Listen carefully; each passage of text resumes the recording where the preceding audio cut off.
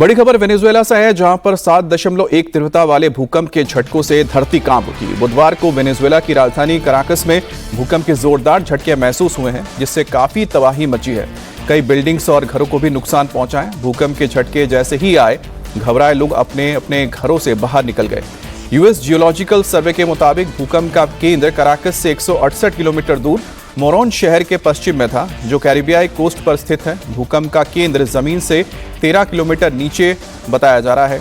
भूकंप के जोरदार झटकों से कराकस में कई इमारतों को नुकसान पहुंचा है, तो कई इमारतों में दरारें पड़ गई हैं। लेकिन राहत की बात तो ये रही कि अभी तक किसी के हताहत होने की खबर नहीं आई है, लेकिन बड़े पैमाने पर रेस्क्यू ऑपरेशन चलाया जा रहा है।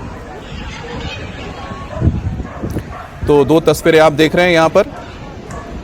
वेनेजुएला की राजधानी कराकस में 7 की तीव्रता से ज़्यादा वाला भूकंप आया है, जिसके वजह से यहाँ पर कई इमारतों को नुकसान पहुँचा है और कई इमारतें यहाँ पर ढह गई हैं। राहत की बात ये रही कि अभी तक किसी के हताहत होने की खबर नहीं आई है। जो लोग घायल हुए हैं उन्हें इलाज के लिए अस्पताल भेज दिया गया है।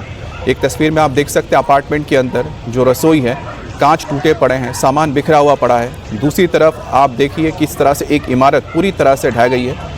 हालांकि इस इमारत के ढह जाने से कि किसी की जान गई है, इसको लेकर अभी तक कुछ भी स्पष्ट नहीं है। वेनेजुएला की राजधानी कराकस से करीब 168 किलोमीटर दूर बताया जा रहा है कि भूकंप का केंद्र था और ज़मीन से करीब 13 किलोमीटर नीचे भूकंप का केंद्र पाया गया है। इस बहुमंजिला इमारत के कुछ फ्लोर्स पे जो दीवारें हैं वो चटक गई, दरारें पड़ गई और एक बड़ा हिस्सा जो था वो नीचे आके गिरा। I'm reporting here from my apartment in Caracas, Venezuela, where an earthquake just shook the entire building minutes ago. It's the heaviest quake I've felt in Venezuela, and these glasses fell to the floor. As you can see behind me, neighbors are coming down to the streets, and it's still unclear the intensity of the quake, but we are continuing to report as this unravel. तो ये आपने देखा कि किस तरह से जो व्यक्ति है अपने घर के हालत दिखा भी रहा है और बता भी रहा है कि किस तरह से वेनेजुएला में अब तक के सबसे तेज भूकंप के झटके महसूस किए गए हैं। 7.1 तीव्रता का ये भूकंप आया है।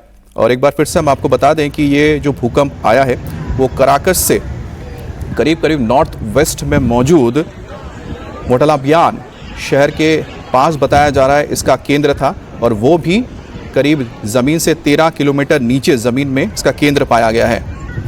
और इस अर्थक्वेक के आने के बाद जो लोग थे वो किसी तरह से जान बचाकर अपने घरों से निकले।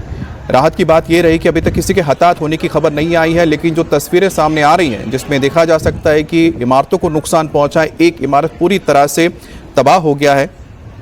ऐसे में माना जा सकता है कि जब धीरे धीरे रेस्क्यू ऑपरेशन चलेगा तो हताहत जो लोग हुए हैं या फिर जो लोग इसमें घायल हुए हैं उनकी संख्या बढ़ सकती है। पूरे वेनेजुएला में इस वक्त इमरजेंसी जैसे हालात बन गए हैं। अगर देखा जाए तो ये एक ऐसा इलाका है जो पैसिफिक और साथ ही अटलांटिक के, जहाँ पर दोनों का मिलन होता है, ठीक उसके करीब पड़ता है। वेनेजुएला जहाँ पर है, साउथ अमेरिका का देश है, और इन इलाकों के आसपास ख़ास तौर पे माना जाता है कि जो भी वॉल्केनिक एक्टिविटीज़ है वो बहुत ज़्यादा रहती है।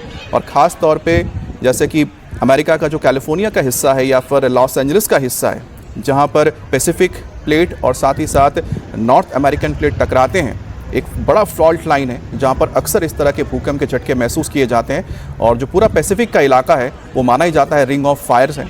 तो ऐसे में वेनेजुएला में जो भूकंप आया है वो आप कह सकते हैं कि बहुत ज़्यादा इसको लेके कोई ये नहीं सोच सकता कि ऐसा यहाँ पर नहीं होगा, क्योंकि जिस इलाके में वेनेजुएला मौजूद है इस इलाके में बहुत ज़्यादा सिस्मिक एक्टिविटीज़ होती हैं।